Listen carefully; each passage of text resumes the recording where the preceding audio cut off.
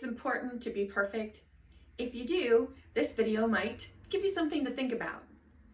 So a lot of us were raised being taught that we have to wear the right shoes, the right purse has to match the shoes, you have to have the right makeup, the right hairstyle.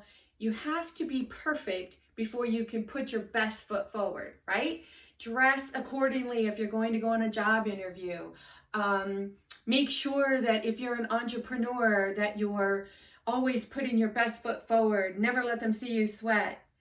Well, if you are a perfectionist, if you have been taught that being perfect is what's got to happen before you can step out there and put yourself out in front of the public, then really what you're doing is you're actually holding yourself back. I would be willing to bet if I asked you this question right now, you would say, yeah, 9 times out of 10, I don't step forward because I'm not in that perfect space yet.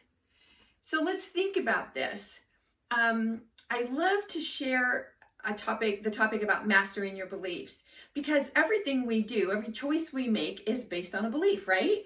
And every belief we have started in childhood. And this is not to blame parents. Remember, they did the best that they can with the information that they had, but they taught us based on how they were taught. And then we grabbed onto these beliefs and we've created our life around these beliefs, like who we should talk to, who we should stay away from, what we should do, where we should work, how we should dress, how we should look, how we should talk, what school we should go to, what area we should live in, what kind of car we should drive, what house we should live in, if we should get married, if we shouldn't get married. Oh my gosh, the beliefs are crazy. And then don't even get me started on the beliefs about lack and fear and all those negative beliefs, okay? So let's think about this.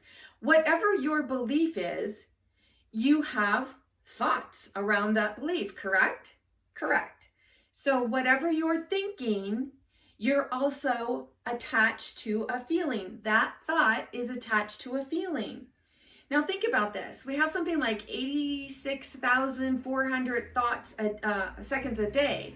So if you are every second thinking about all these things that are bugging you in the background, and all of these thoughts have a belief attached to them, and all of those beliefs and thoughts are attached to an emotion and a feeling, is it no wonder that sometimes you just walk around and go, I don't know what to do next? So let's think about this. How can you shift your thinking? In other words, master your beliefs so that you have a more fabulous day, so that you have more fun thoughts, so that you have more happy thoughts.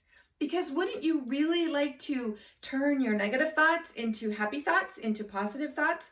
Wouldn't you prefer to have less negative and more positive in your life? Now, keep in mind that there's nothing wrong with negative. Negative shows up to show us contrast. So don't judge it. It's very important that we remember to stay and practice the art of non-judgment. Because when we judge something, now we've put our attention, energy, and focus on it.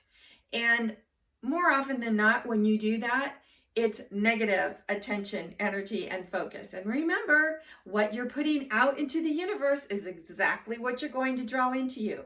So if you're thinking about that person that you have an argument with or that you don't get along with, and you're concentrating on that, and your thoughts are about that, and even if you say, I don't want to think about that anymore, if you haven't resolved it in some way to your internal satisfaction, you can bet that it's churning around in your mind and churning around in your mind, and those feelings are staying with you. And then watch, you're going to react when you talk to certain people or the experiences that you have throughout the day.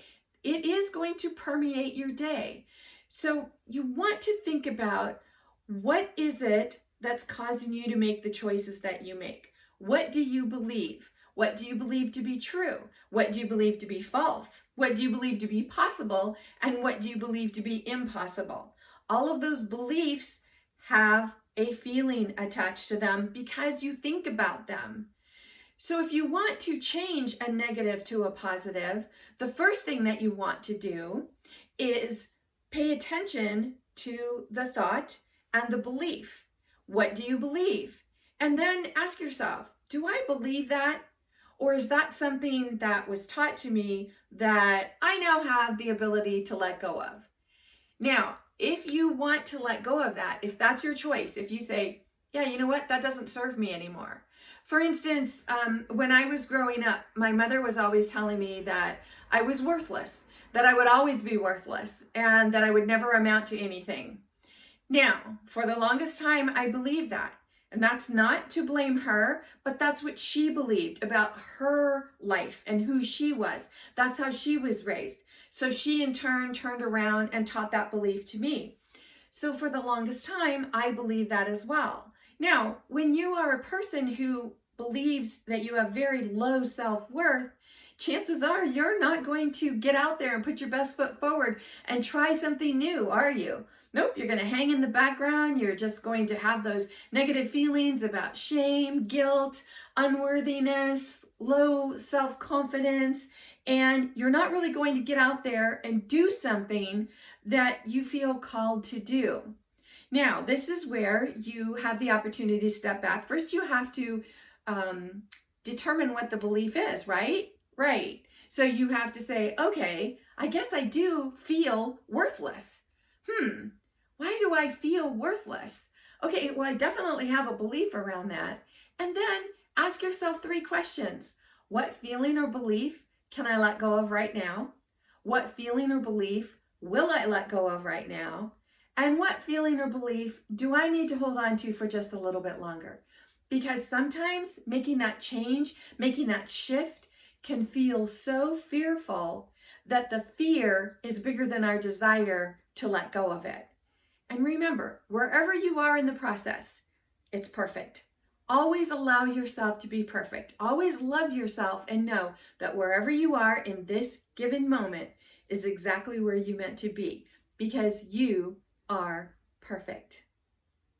If you have any questions, I invite you to visit masteringyourbeliefs.com. Take a look around, see what calls to you, download the free e-guide, whatever it is that calls to you. But most of all, love who you are.